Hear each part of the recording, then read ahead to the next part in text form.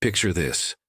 Two people wake up at exactly the same time. Same alarm clock, same sunrise streaming through their windows, same 24 hours ahead of them. But here's where their paths diverge completely. Person A stumbles out of bed immediately, grabs their phone, scrolls through a feed of complaints and crisis, chugs coffee on an empty stomach, and rushes into their day feeling like they're already behind before they've even started. Person B, they rise with intention. They breathe deeply, they move their body, they feed their mind with wisdom instead of chaos. By 8 a.m., they've already won the day. Not because they're superhuman, but because they understand something most people never learn. The first hour of your day doesn't just set the tone, it determines the entire trajectory of your life. This isn't motivational fluff. This is ancient wisdom backed by modern science. The Stoics figured out 2,000 years ago what neuroscientists are just now proving. Your morning ritual is the single most powerful tool you have for transforming your mind, your habits, and ultimately, your destiny. Marcus Aurelius, the most powerful man in the Roman Empire, didn't start his days by checking messages from senators or worrying about barbarian invasions. He started by conquering himself. And if it worked for him, managing an empire while facing plague and war, imagine what it could do for you. Today, we're diving deep into the 15 non-negotiable morning practices that separate those who merely survive their days from those who master them. These aren't suggestions. They're weapons in the war against mediocrity, distraction, and the chaos that wants to steal your potential. If you're ready to stop being a passenger in your own life and start being the driver, hit that subscribe button right now, because what you're about to learn will change everything. Let's begin. Rise early. The sacred hour. Most people treat their mornings like an inconvenience, something to rush through to get to the real part of their day. But what if I told you that you're throwing away the most valuable hour of your entire day? Those quiet moments before the world wakes up, before your phone starts buzzing, before demands start piling up. That's not just time, that's pure potential. It's your chance to shape your mind before the world tries to shape it for you. Think about it. When you wake up at the last possible moment, you're literally starting your day in panic mode. You're reactive from the first second. But when you rise early, you claim your power back. You become proactive instead of reactive. Seneca wrote, "Every new beginning comes from some other beginning's end." Your early morning is that new beginning. It's your daily rebirth, your chance to decide who you want to be today. I'm not talking about becoming a 4 a.m. maniac overnight. Start with just 30 minutes earlier than usual. Use that time for yourself, not for more work or more scrolling. Use it to breathe, to think, to plan, to grow. The world will try to steal your attention all day long. But those early morning hours, those belong to you. Guard them fiercely. Hydrate before you caffeinate. Here's a truth that will change your eyes. Mornings forever. Your body wakes up dehydrated. After 6 to 8 hours without water, your brain is literally running on empty. Yet what do most of us do? We reach for coffee, adding a stimulant to a dehydrated system. It's like trying to start a car with no oil in the engine. Sure, it might turn over, but you're causing damage you can't see. Your brain is 75% water. When you're dehydrated, even mildly, your cognitive function drops, your mood suffers, and your decision-making abilities decline. You're literally handicapping yourself before your day even begins.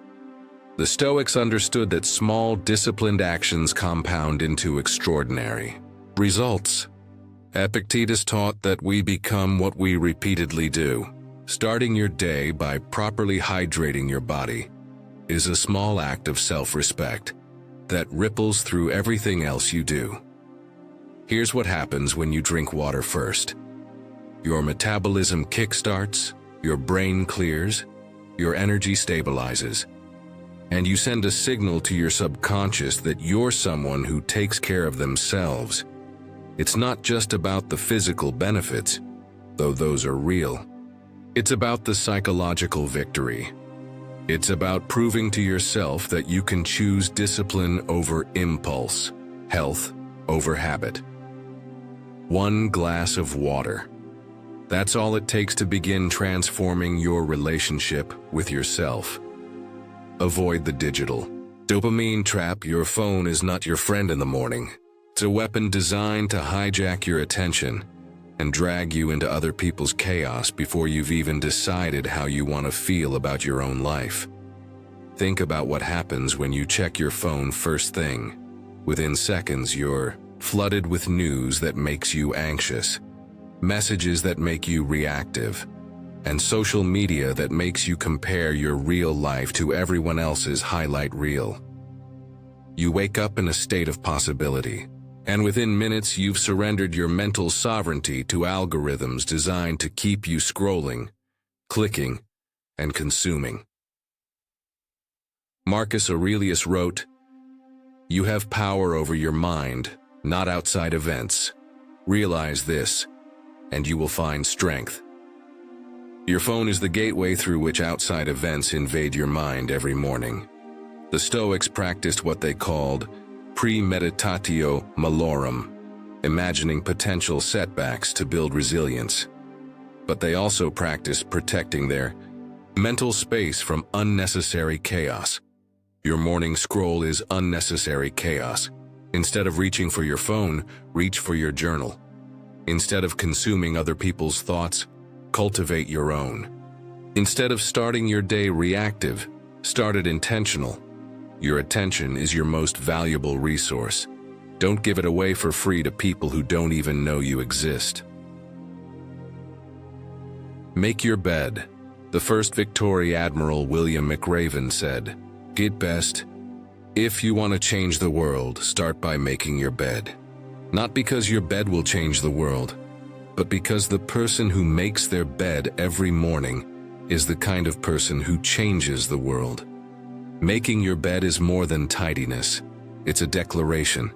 It's saying, "I start my day with intention, not chaos.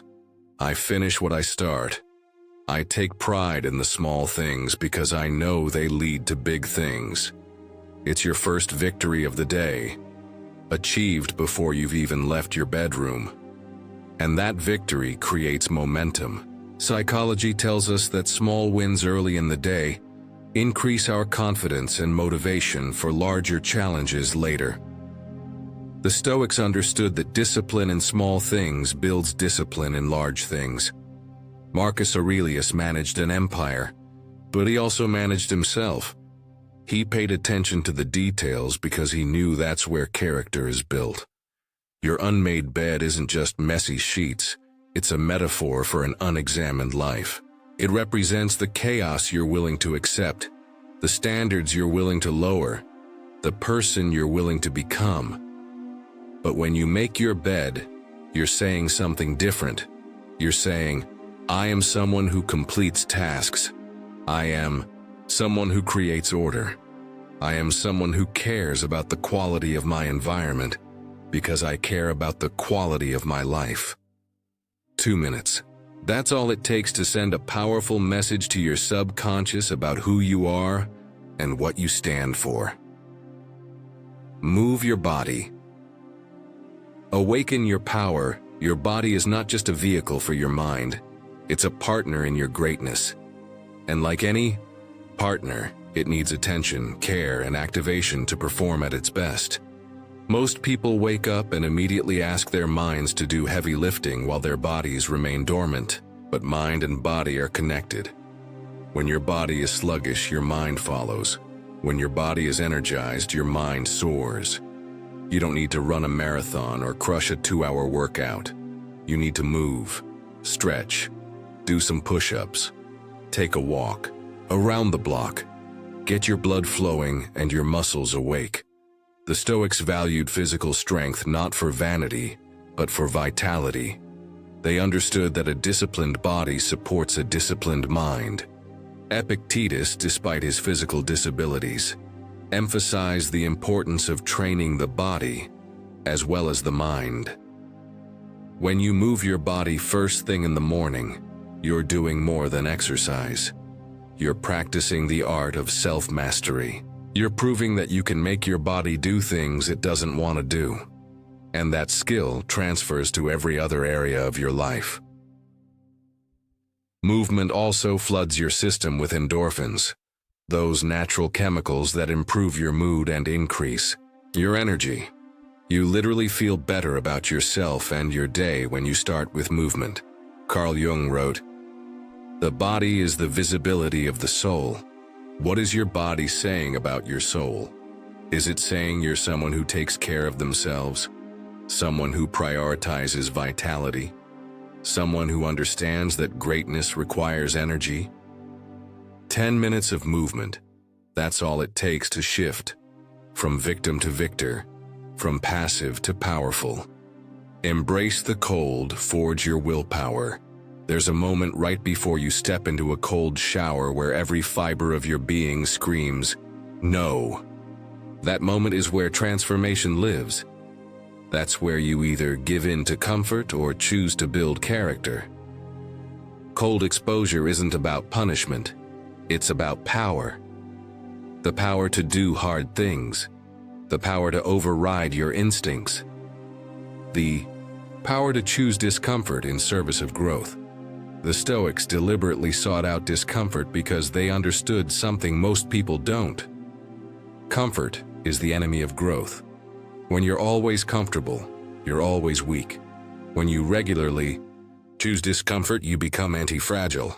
Marcus Aurelius wrote, "You can commit injustice by doing nothing. The same is true of potential. You can waste your potential by always choosing the easy path." Cold showers rewire your nervous system. They teach your brain that you can handle stress without panic. They build what researchers call stress inoculation, the ability to remain calm under pressure. But the real benefit isn't physical, it's psychological. Every time you step into that cold water, you prove to yourself that you can do hard things. That confidence doesn't stay in the shower. It follows you into your work, your relationships, your challenges. Start with 30 seconds of cold water at the end of your regular shower. That's it. Just 30 seconds of choosing strength over comfort, of proving that you're not ruled by your impulses. The Stoics believed that we become what we repeatedly do. What are you becoming? Someone who avoids discomfort? Or someone who embraces? It is a path to power. Journal. Empty your mind to fill your day. Your mind is like a web browser with 47 tabs open. Thoughts, worries, ideas, memories. All competing for your attention. All draining your mental battery. Journaling is like closing those tabs and starting fresh. Most people try to think their way to clarity. But thinking in circles just creates more circles. Writing creates lines, clear, focused, purposeful lines that lead somewhere. The Stoics were prolific journalers. Marcus Aurelius wrote Meditations, never intending it to be published. It was his private dialogue with himself, a way to process his thoughts, examine his character, and recommit to his principles. Seneca wrote letters to his friend Lucilius that were really letters to himself, working through philosophical problems and practical challenges. They understood that writing isn't just recording thoughts, it's clarifying them. When you write, you're forced to organize chaos into coherence. You're forced to examine what you really think and feel, not just what you think and feel. Your journal isn't about perfect grammar or profound insights. It's about mental hygiene. It's about taking the swirling confusion in your head and giving it structure, direction, purpose. Write about what you're grateful for. Write about what you're worried about. Write about what you want to accomplish. Write about what you learned yesterday. Write about who you want to become. Carl Jung said, "Until you make the unconscious conscious, it will direct your life and you will call it fate." Journaling is how you make the unconscious conscious. It's how you stop being a victim of your own unexamined thoughts. 5 minutes. Pen and paper. No rules except honesty. That's all it takes to transform mental chaos into mental clarity. Set your daily intentions. Choose your direction. Most people don't fail because they're lazy. They fail because they're directionless. They have energy but no focus. They have time but no priorities. They have potential but no plan. Setting daily intentions isn't about creating a rigid schedule or an impossible to-do list. It's about choosing your direction before the day chooses it for you. The Stoics were obsessed with intentionality. They believed that every day should be lived with purpose. Every action should be deliberate. Every choice should align with your values.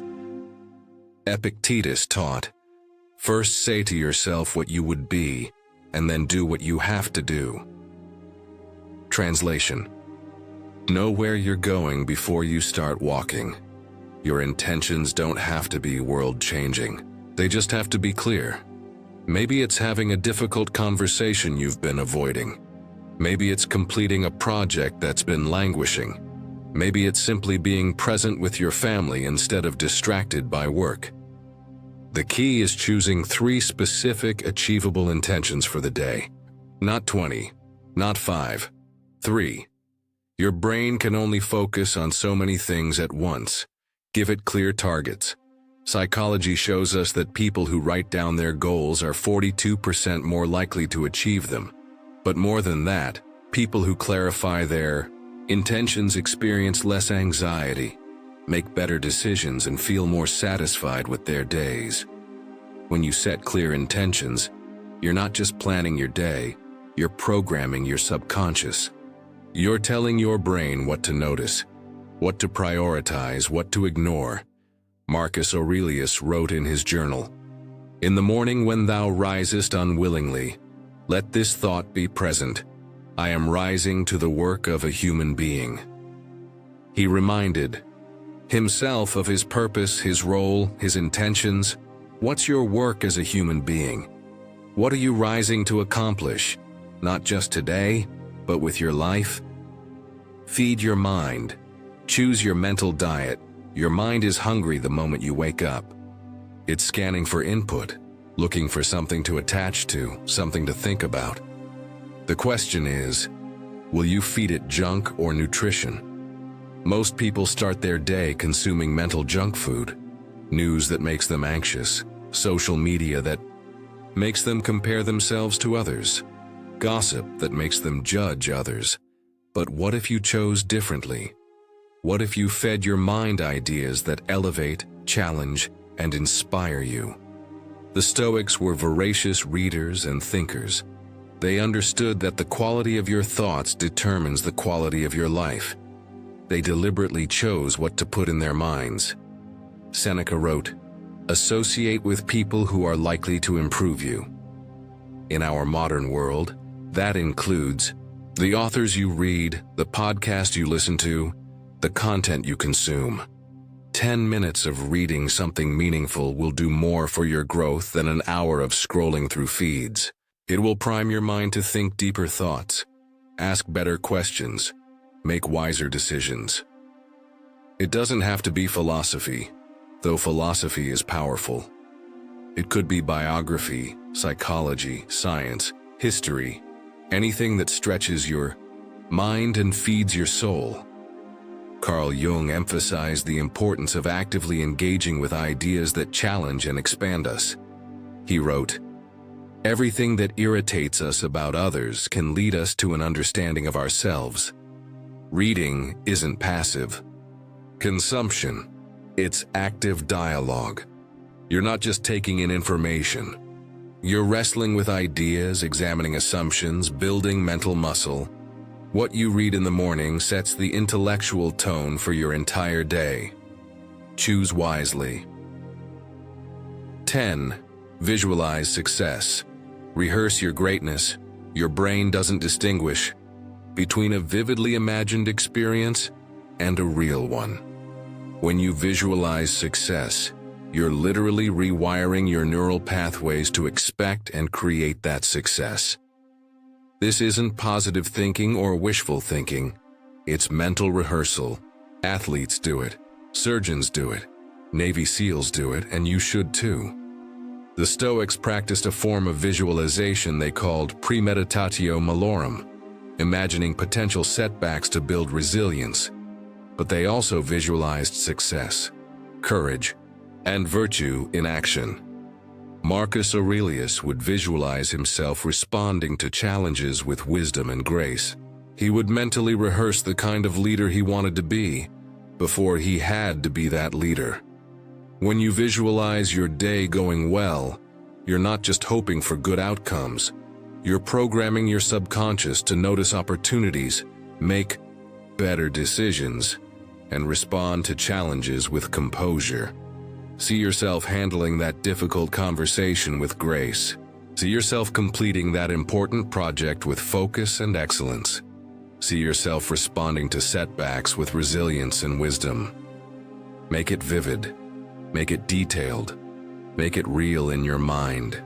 Because what's real in your mind has a way of becoming real in your life. Michael Phelps visualized his races in such detail that when he actually swam them, his body knew exactly what to do. He had mentally rehearsed success so many times that actual success felt familiar. Visualization isn't about controlling outcomes. It's about preparing for excellence. It's about becoming familiar with the version of yourself that already knows how to win. 5 minutes of visualization can transform your entire day. Not because it changes your circumstances, but because it changes you. Chaku. Practice gratitude. Anchor yourself in abundance. Gratitude isn't just a feel-good exercise. It's a revolutionary act in a world that profits from your dissatisfaction. Choosing gratitude is choosing freedom. Your brain is wired to notice problems. It's a survival mechanism. But when you don't consciously direct your attention toward what's working, what's good, what's abundant in your life, you live in a state of perpetual scarcity. The Stoics understood this. They practiced gratitude not because their lives were perfect, but because gratitude was their antidote to the poison of constant wanting.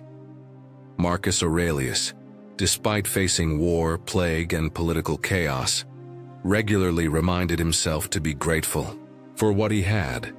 He wrote, "When you arise in the morning, think of what a precious privilege it is to be alive, to breathe, to think, to enjoy, to love." Gratitude rewires your brain.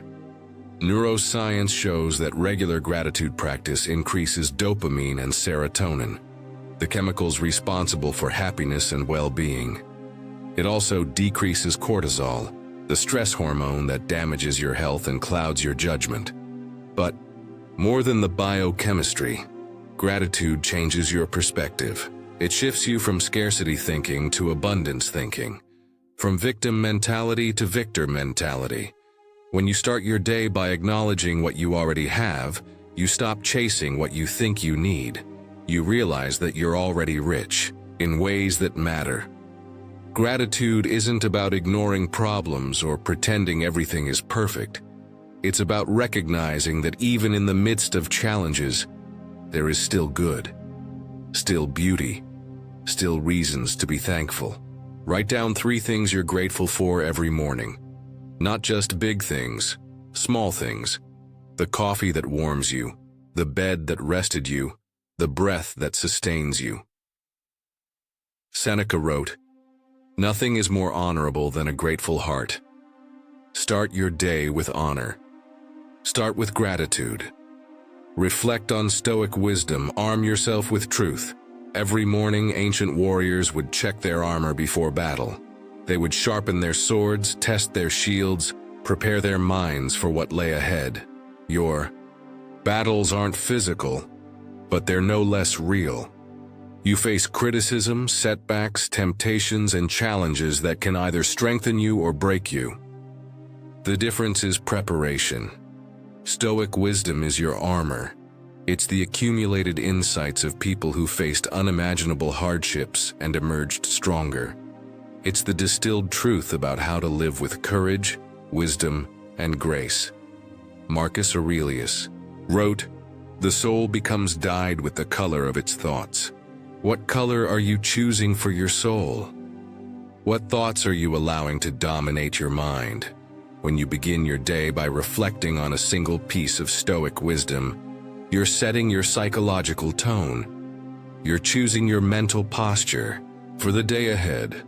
Maybe it's Epictetus reminding you that it's not what happens to you but how you react to it that matters. Maybe it's Seneca teaching that we suffer more often in imagination than in reality. These aren't just quotes, they're tools. They're weapons against the anxiety, anger, and confusion that want to derail your day. Carl Jung emphasized the importance of daily reflection. He believed that without conscious examination of our thoughts and beliefs, we become victims of our unconscious patterns. One quote, one insight, one truth to carry with you. That's all it takes to transform how you see yourself and your challenges. The Stoics didn't just read philosophy, they lived it. They applied it. They let it shape their decisions, their responses, their character. What wisdom will you carry into your day? What truth will guide your choices? What insight will strengthen your resolve? 13. Step outside. Reconnect with reality. We live in artificial environments. Fluorescent lights, recycled air, concrete walls. We spend our days staring at screens, breathing processed air, disconnected from the natural world that shaped us. For millions of years, no wonder we feel anxious, restless, ungrounded. We've forgotten that we're part of something larger than ourselves. The Stoics understood this. They saw themselves not as separate from nature, but as part of it. They found wisdom in seasons, strength in storms, peace in the unchanging patterns. The natural world, Marcus Aurelius wrote, observe constantly that all things take place by change. Nature was his teacher, showing him that everything flows, everything transforms, everything has its season. When you step outside, even for just a few minutes, you reconnect with reality. You remember that your problems, while real to you, are small in the context of the vast, beautiful, indifferent universe. You feel the sun on your face or the wind in your hair. You hear birds singing or leaves rustling. You smell the earth, the air, the life that surrounds you always, but that you rarely notice. This isn't about becoming a nature mystic or abandoning modern life. It's about remembering that you're an animal, a biological being, a part of the natural world that needs contact with its origins to thrive. Carl Jung believed that modern humans suffer from what he called alienation from the natural world. He wrote, "The privilege of a lifetime is being who you are, and part of who you are is a creature that evolved in nature, not in cubicles. Fresh air clears your head. Sunlight regulates your circadian rhythms. The sight of trees and sky gives your eyes a break from screens and your mind a break from artificial stimulation. 5 minutes outside. That's all it takes to remember that you're part of something magnificent, something ancient, something infinitely larger than your to-do list. Fuel your body. Honor your temple. Your body is not just a vehicle for your mind. It's your partner in everything you want to accomplish. And like any partnership, it only works when both parties are taken care of. Most people treat their bodies like rental cars. They fill them with the cheapest fuel, ignore maintenance, and expect peak performance. Then they wonder why they feel tired, foggy, and unmotivated. The Stoics understood that the body and mind are interconnected. They practiced sophrosin, self-control and moderation in all things, including how they nourished their bodies. Epictetus taught that true freedom comes from mastering yourself, and that includes mastering your relationship with food, not through deprivation, but through intentionality. When you start your day with real food, protein, healthy fats, complex carbohydrates, you're giving your brain the nutrients it needs to function at its best. You're stabilizing your blood sugar, supporting your neurotransmitters, and providing sustained energy. But it's not just about the biochemistry. It's about the psychology. When you choose to nourish your body well, you're saying, I am worth taking care of. I am worth investing in. I deserve to feel good. That mindset ripples through everything else you do. You make better decisions. You have more energy. You feel more confident. You treat yourself and others with more respect. This isn't about perfection or following some rigid diet. It's about awareness. It's about choosing foods that serve your goals rather than sabotage them. Carl Jung wrote, "Your body is the temple of your soul." What kind of temple are you building? What kind of fuel are you providing? What kind of care are you showing? A good breakfast isn't just a meal. It's a declaration of self-respect. It's proof that you care enough about yourself to start the day right. 15. Speak your truth. Affirm your power. Words have power. Not just the words you speak to others, but the words you speak to yourself. Your internal dialogue shapes your reality more than any external circumstance. Most people wake up and immediately begin a conversation with themselves that would make them fire any employee. Critical, negative, focused on what's wrong rather than what's possible. But what if you chose different words? What if you spoke to yourself with the same kindness you'd show a good friend? What if you used your voice to build yourself up rather than tear yourself down? This isn't about delusional positive thinking or pretending everything is perfect. It's about consciously choosing thoughts that serve your growth rather than sabotage it. Marcus Aurelius regularly reminded himself of his values, his purpose, his strength. He wrote affirmations in his journal, not because he was weak, but because he was wise enough to know that the mind needs constant guidance. When you speak affirmations, you're not just saying words. You're programming your subconscious. You're choosing the beliefs that will guide your actions. You're rehearsing the identity you want to embody. I am capable of handling whatever comes my way today. I choose growth over comfort. I am worthy of success and happiness. I control my responses to everything that happens. These aren't just phrases. They're declarations of war against the voices that want to keep you small, scared, and stuck. Carl Jung wrote, "Until you make the unconscious conscious, it will direct your life and you will call it fate." Your unconscious beliefs about yourself are constantly running in the background, influencing your choices. Affirmations are how you make those beliefs conscious and change them. Speak your affirmations out loud. Let your voice carry your truth. Let your ears hear your power. Let your subconscious absorb your new identity. You become what you repeatedly tell yourself you are. What are you telling yourself? The compound effect of morning mastery. Here's the truth that changes everything. You don't need to be perfect. You don't need to do all 15 of these practices flawlessly every single morning. You need to start. You need to choose one or two and commit to them. You need to understand that small, consistent actions compound into extraordinary results. The Stoics didn't become wise overnight. They built their wisdom practice by practice, day by day, choice by choice. They understood that greatness isn't about grand gestures. It's about daily discipline. Marcus Aurelius didn't conquer his empire in a day. He conquered himself first, one morning at a time. He built the mental strength that allowed him to lead with wisdom under pressure. You have that same potential. You have the same 24 hours. You have the same choice every morning.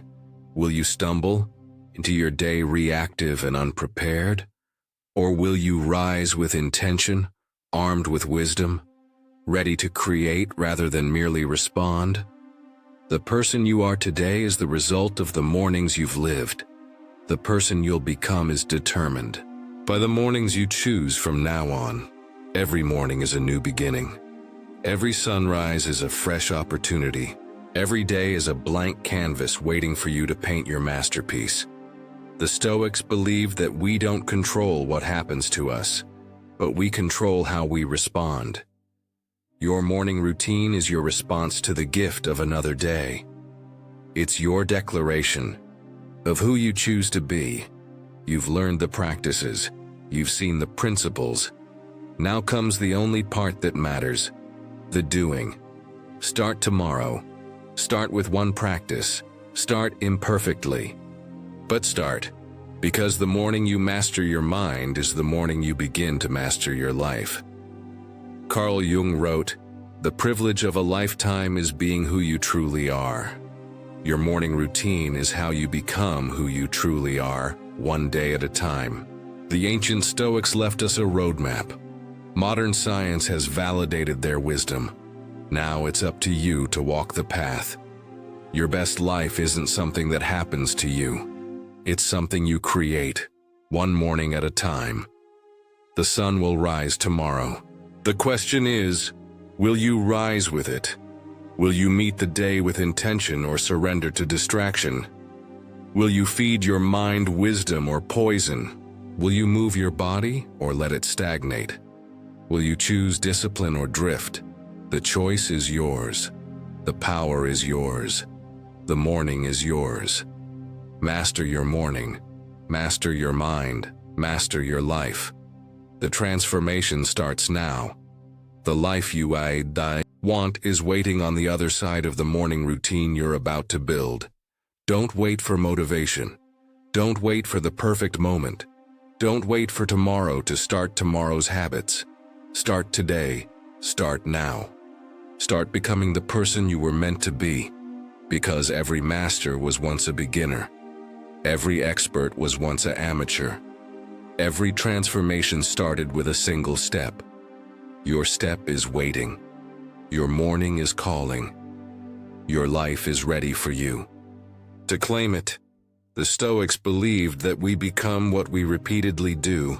What will you become? The answer lies in how you choose to begin each day. Choose wisely. Choose consistently. Choose courageously. Your future self is counting on it. Thank you for joining me on this journey through the wisdom of the Stoics.